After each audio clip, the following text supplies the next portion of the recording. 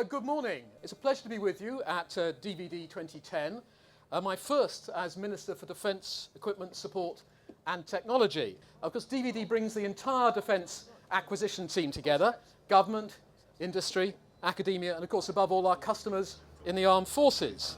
And together, we are the team that has to make acquisition work. It goes without saying that we have a vital shared interest in doing this. Our brave men and women in uniform, as we all know, depend on getting the right equipment at the right time in the right place. And I have to say, as a new minister, that was brought home to me very sharply by the number of letters of congratulations I received from friends and family and constituents congratulating me, but also saying what a heavy duty I had, because they all had children, cousins, grandchildren, nephews, nieces serving in Afghanistan. And so those letters, although very welcome, also reminded me of the heavy responsibility that comes with this particular role. Of course, our shared first priority must be ensuring that we deploy on operations and therefore on those exposed to greatest risk are provided with the best possible tools available. Our second priority is the responsibility we have to ensure that we are as ready as can be for whatever future operations come our way. And to meet these objectives, we'll test any future equipment programme against 5 criteria. First, capability. We have a very bad habit of talking about equipment programs as if they exist in some kind of abstract, when we should be talking about capability.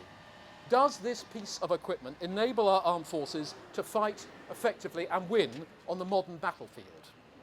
Second, affordability. Can we afford not just the initial procurement costs, but also, crucially, the through-life costs? Third, adaptability.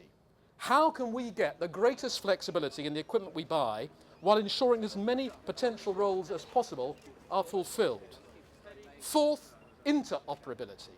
Will this piece of equipment allow the British Armed Forces to take part in combined and joint military operations with our allies, specifically NATO?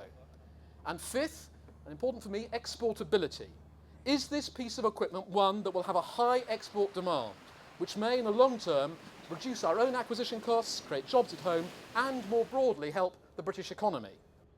We're running a competition, as you know, to acquire the next generation of light protected patrol vehicles, LPPVs, which will replace Snatch Land Rover on operations and provide a step change in capability. The 2 vehicles competing are here, and we'll agree a contract for an initial tranche of 200 vehicles under a UOR funded from the Treasury Reserve later this year. But of course, CID is also at things like up-armouring. Mastiffs doing historic work in Afghanistan. A platoon from the 1st Battalion Royal Welsh, who survived 2 bomb blasts in 2 days, have spoken of their admiration for the Mastiff that saved their lives. So I'm delighted that Lieutenant Mark Lewis and his team are here today at DVD to tell their story, and I'm looking forward to meeting them later in the day. Whereabouts did the blast hit, do you know? It was directly underneath the prop shaft, which you can see is just at the front there. Right. Military commanders have repeatedly stressed the importance of having a wide range of vehicles from which they can select the most appropriate for specific tasks. So, I'm pleased to announce my first contract, a contract for further Jackal 2A weapons-mounted patrol vehicles, a deal worth approximately £45 million. That brings the number of Jackals delivered to over 500. The prize for us all is a safer Britain with secure interests and a sustainable defence programme able to address the needs of today and prepared for tomorrow. Our armed forces deserve nothing less. That's why I'm so enthusiastic about the challenge and inspired to get it right. Thank you very much.